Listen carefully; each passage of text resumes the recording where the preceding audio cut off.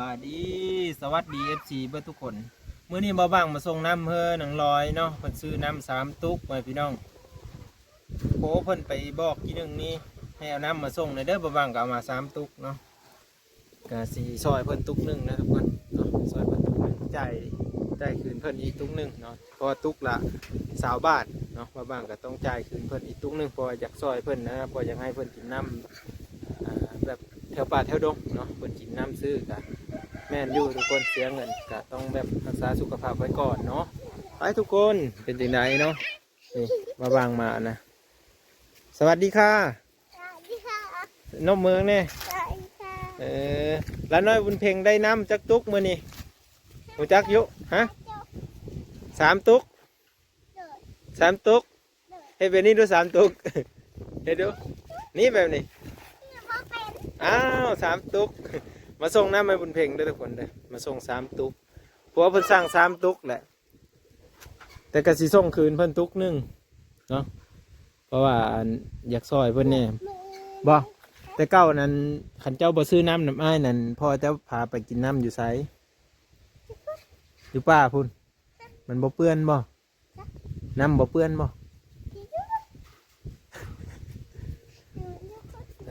อยู่ทางพุ่นอยู่ทางพุ่นแล้วเหลืออีกตุกหนึ่งบ่บ้างก็ยังบ่ทันได้ทอกเนาะก็คือตุกเพิ่นตุกนี้มันเปื้อนแหละบ่บ้างบ่ได้ทอกใส่ก็คือตุกทอกใส่แต่2 ตุกตุกเพิ่นมี3 ตุกกันนะทุกคนไปเฮ็ดนั่นแหละนะวิอยู่ผมฮะบ่วิเลยแม่เจ้าสิใช้บัดนี้ไปใช้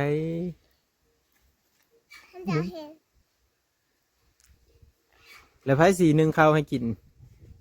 แม่เจ้าไปใส่พ่อเจ้าก็บ่อยู่พ่อเจ้าไปใส่น้องเนี่ยเป็นเมื่อไรอยู่แต่เจ้าแม่นบ่แม่กี่โตบ้างไหมจ๊ะแม่นไม่เยอะบ้างมาถ่ายคลิปไหมจ๊ะนี่ให้บ้างมาถ่ายคลิปยุอยู่เพื่อนนอนอีโตอีนี่น้องให้แหละ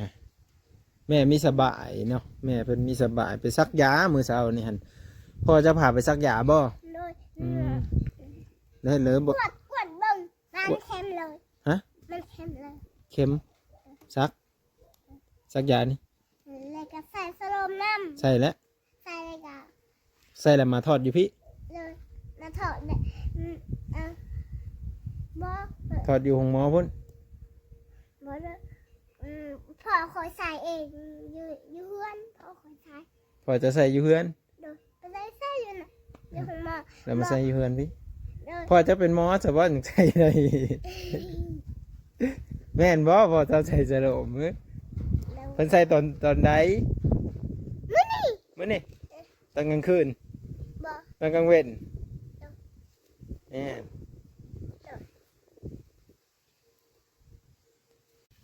จุกผมเองเป็นยุวีผมเนี่ยยางกระติวนี่เอายางนี่มัดเอามัดให้บ่าวเบิ่งเนี่ยมัดเป็นยุได้ไปเมืองชนก็ติซื้อยางกระติวยางมัดผมมาให้ยางไม่ได้ยางดับมามัดผมเนี่ยคอยอยากได้แบบนี้มันเป็นมันง่ายบ่แม่นได้ยางน้อยๆยางดำมาเห็นน้องไอ้มัดเนี่ยยางดำเบิ่งใส่เป็ดเนาะมัดละแกบ่ได้เด้อแกได้ใช่ป่ะเป็ดเบิ้งแนมมาพี่เนี่ยก็งามเลยได้มัดผมโอ้มัดเองก็เป็นไฟสอนให้มัดผมแบบนี้ฮะไม่ค่อยนี่เอาขึ้นนี่นี่แห้งสวยแบบนี้บนเพลงสวยน่ารักพร้อมบนเพลงสวยน่ารักข่าวน่ารักเอายุเห็นไหนนกงามขอบใจเลยลูกขอบคุณค่ะขอบคุณค่ะเป็ดได้ทุกคนอันนี้คือส่งคืนน้ำเพิ่นเด้อไม่ได้เอาให้พ่อจะเด้อว่าไอ้บ้างเพิ่นเอาส่งคืนตุกนึงเด้อวันนั้นจะเอาให้พ่อจะเด้อว้า ชื่อขนม ก็บอกเพิ่นบอกว่าเบาบ้าง เอาอะไรหุ่นคอยให้มันเอาหมดเลย เบาบ้างเอาให้ตุกนึงแล้วเพิ่นเอาเงินแต่2ตุกเด้อ โอ้ย ให้เจ้าเอาไว้ซื้อนมเป็นคนฮู้เด้อเป็นคนฮู้เป็นคนจบไปขึ้นไปเถิงพาบ่าวขึ้นไปเบิ่งแน่แม่มีสบายแบบเลยแม่นอนบ่หรือว่าเต้นลำวงอยู่ไม่จัก อ๋อน อนนะอย่าว่าพอดลำวงผู้เดียวอยู่ไม่จักพังเพลงวิทยุไม่จักแต่เก้าเฮ็ดเราพังวิทยุนะสลอยเสือไขด้วยประตูลูกนอนนี่แหละเบิ่งไขออกก็ได้บ่นี่เบะจื้อนอนมีสมออยู่แล้วกันบาทนี่คุณบุญมีเอ้ยอาจารย์ตีโทเพิ่นนอนแล้วเป็นนั่นแล้วลูกได้อยู่บ่บินหัวโอ้เบิ่งเบาเอามาเบิ่งปุ๊บจู้เป็นยังนี่โอ้ยนั่งเลยโอ้ยผลาดเสือกอันนี้แล้วนี่เจ็บแล้วนี่เพิ่นมียามัดจักแสนเท่าร้อยตีโทพี่น้อง มันจะเป็นคอย เจ้ากินตัวนี้เด็กน้อยเบิ่งนั่งลงเบิ่งโอ้เสยสลมน้ำบ่เมื่อนี้บ่บ้างมาเยี่ยมมันสลอยเนาะมีสบายเนี่ยพี่น้องอันนั้นเด้ออันน้ำนะพ่อใหญ่เกิ้งซื้อ3ตุกแล้วค่อยส่งคืนตุกนึงเงินนำร้านน้อยบุญเพ่งนี้10,000ซอยเจ้ามีเยอะกินน้ำเท่าที่เวลากิน2 เม็ดโอ้มียาหลายอย่างเนาะซักน้ำบ่นี่บุญเพ่งนุ่งทรงให้น้องได้เลยพากันกลุ่มนุ่งทรงให้น้องเอานุ่งได้บ่เอาน้องก็มีจะนุ่งตุ๊ดล้มเฮ็ดเอาไปบ่เอาได้บ่ขามึงนะเด้นุ่งแล้วนุ่งเองแล้วดึงขึ้นเอาซบอีครั้งหนึ่งบุญมีครั้งหนึ่งเอาซบเอาโอ้ยผู้ลุ้นกับลุ้นอยู่เนาะสีนุ่งได้บ่แบบนี้เอาอึ๊บแห้งดึงนี่เอามาพี่บานนี้ย่างมาพี่กับมิย่านบานนี่ตีลังกามาลดบุญมีเอ้ยมาอุ้มเนี่ยจ้าสวัสดีค่ะเป็นว่าสวัสดีค่ะนี่สวัสดีค่ะสวัสดีค่ะได้แต่บุญมีก็บุญเพ่งว่าเยี่ยมแม่หันอยู่เป็นหมู่แม่หันนี่เอาผนบเจออยู่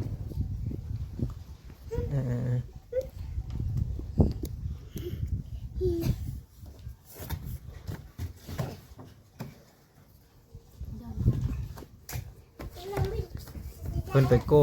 ดแล้วท่านหมอว่าเลือดสัตว์อะไร ไปกวด เจ็บท้องอ๋อเนี่ยเจ็บท้องกระเพาะบ่เนี่ยไม่แม่นอดข้าวอดน้ำบ่ไม่ได้กินข้าวโอ้โยท้องบิดเลยแล้วแบบนะแล้วหมอเพิ่นแนะนำให้กินข้าวกินน้ำเจ้าก็พยายามกินข้าวแหละเบิ่งเนี่ยน้องจะเบิ่งไปเลย เนาะบุญมีได้กินข้าวอยู่ไม่ได้เพื่อนมาตอน กินกุ้งคอย ใส่สลมมาจักตรงเดียวให้มีแหงบ่สลมมีแหงได้บ่ใส่สลมแน่อยากกินแน่ทุกคนมัดอยู่300,000 กีบคันฮอด344,000นี่ถือว่า500 บาทเลยนะก็หูซึกใครแน่อยู่บ่เดี๋ยวนี้หรือว่ายังบ่ทันได้หูซึก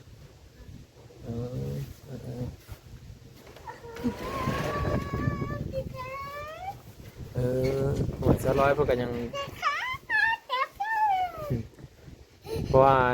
ปวดท้องมันทรมานได้ทุกคนเนาะบ่จะเป็นปวดท้องผู้ชายผู้หญิงคือกันเนาะทรมานได้ตัวนี้นะสมีน้ำแห้งลูกน้อยนี่จักสิอยู่จักสิกินเดี๋ยวเลยยามแม่เจ็บยามแม่ไข้ไผปอนข้าวน้องฮะอย่าเอาเคิร์ดดิไผปอนข้าวน้องบุญเพลง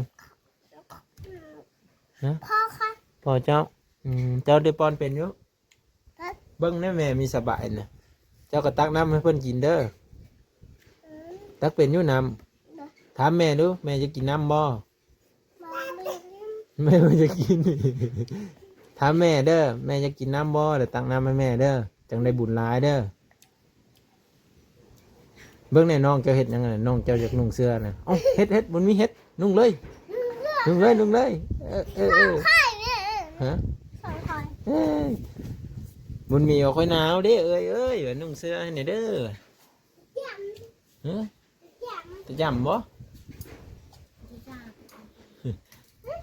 ไม่ต้องเลย เพิ่นเลยอันโคน่ะมาคามมากิน ไม่ขอ เออแซ่บบ่โอ้ยเยอะนำได้เนาะกินได้กว่ามั้ยเอามากินได้มั้ยเพิ่นบ่กินแงบๆผู้เดียวแท้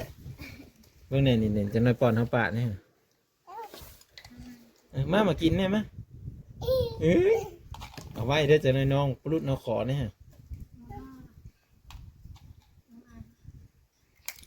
เลยจ้ะ เฮ้ยไม่มีเพิ่นละซ้ำไม่มีเพิ่นละมาต้อนบุญมีซ้ำมีแต่มาเยี่ยมแม่เจ้ามีสบายครับเนาะเน่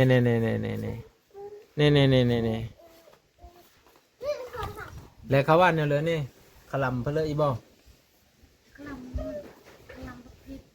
ขลำบักเพชรโอ้เป็นกระเพาะบ่สรุปแล้วนี่เจ็บท้องกระเพาะแล้วเขาให้ไปกวดอีบ่หรือว่าไปซักยาอีก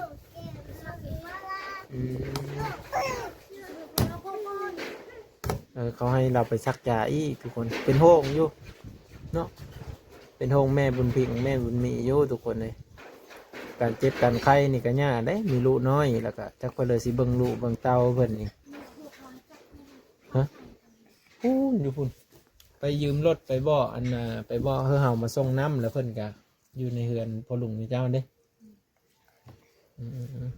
เบิ่งให้น้องจ้ะฮะน้องจะดิ เอาจีเจ๊อะไรเอ้ย มาได้ไหมมาพี่เบิ่งน้องกินเพื่อนน่ะ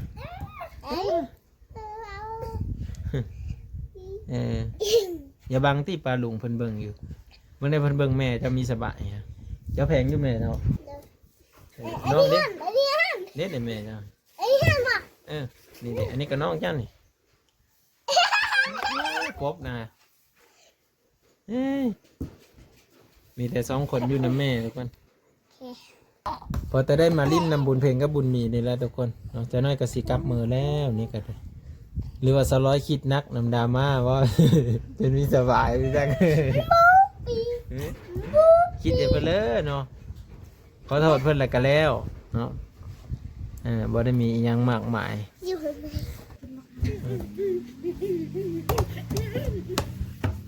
นี่พ่อจะมาเลยที่มันมีสบายทุกคนในเจ็บท้องบุญมีไปใช้บ้านนี่ฮะแม่นบ่บุญเพลงอันนี้น่ะเพิ่นเลยสัญญาณงู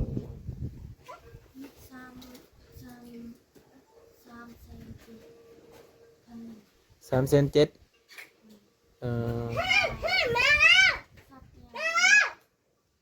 โลมกันเมื่อบ่3.7เอาสโลมนี่อืม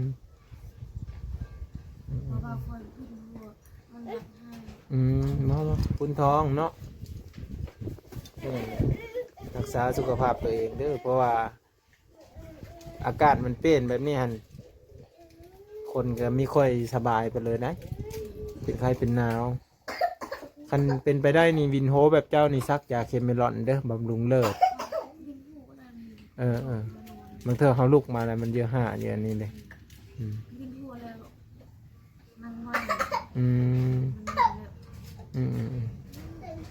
แม่นเลย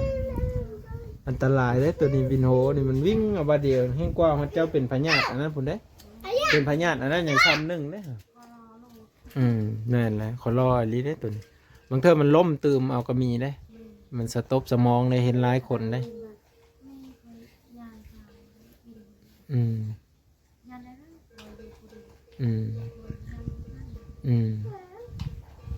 มันนั่นหักดีแล้วมันนะ อืมสลอยเพิ่นมีสบายเนาะเพิ่นไปซักคือซักยาแล้วแหละเนาะมีแต่ว่าพ่อใหญ่เกิ้งเพิ่นพาไปซักยามื้อเช้านี้ก็ได้ไปซักยามาแล้วก็นอนพักผ่อนหรือว่าสิพาไปซักอีบอหรือว่าจังใดเนาะเดี๋ยวมาทำบอกพ่อใหญ่เกิ้งแล้วไปอันนั้นอีบอไปซักอีบอนี่หรือว่าจังใด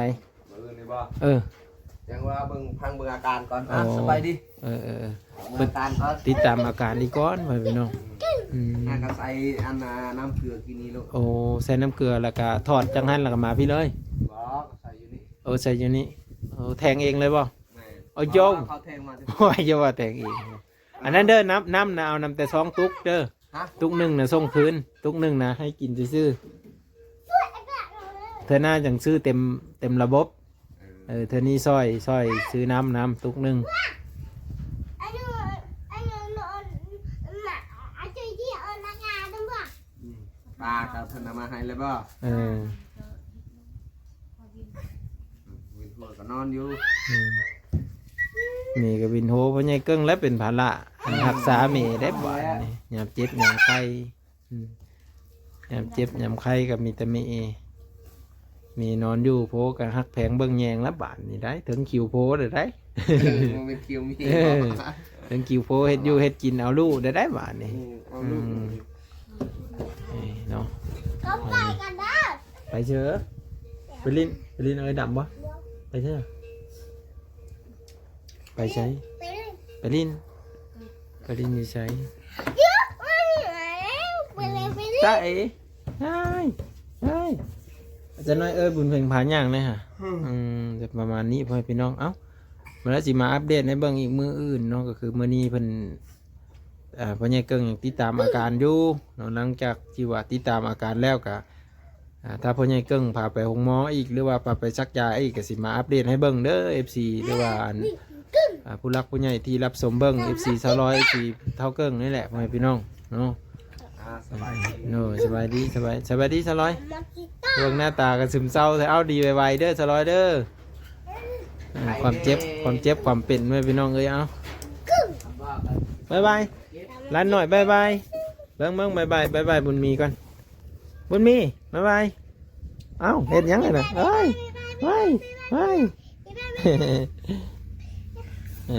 ไปเพื่อเหมือนเนี่ยทุกคนขี่รถไทยมาได้ปูนเนี่ยไปกลับก่อนบุญมีบุญเพลงเบิ่งแน่น้องก็จะกินนำฮะน้องเป็นวัดแต่แท้มานี่เดี๋ยวน้องกินเด้อ อันนี้ก็ตุกเจ้าละ แม่มีแต่ตุกเดียวเนี่ยมันน่าจะสีหมาวว่าสิให้ซื้อตุกนี่ผลมันเปิ้นกันเนาะไปบันนี้กลับมือก็ได้ทุกคนเด้อมือก็ได้บุญเพลงเด้อบุญเพลงได้กินแล้วมะขามนะฮะกินเมื่อไรบ่ได้มะขามนะกินเมื่อไรบ่อยากอีบ่เนี่ยไอ้บอกเขาไปเอาพอมีไปเอา ก็ไปขึ้นเอาอ้าวยันตกเขาหายเพื่อนเลยกกของแม่ไอ้นี่ไอ้ดำเฮ็ดเพื่อไอ้ดำนอนแว่นหนึ่งเขาอ๋อไอ้ดำเราหยาบแยกนะบ๊ายบายทุกคนขอบคุณที่รับชมและติดตามตลอดมาวิดีโอหน้าพ่อกันไหมพ่อพี่น้องครอบครัวสาวลอยพ่อพี่น้องเลยไปกลับก่อนเด้อ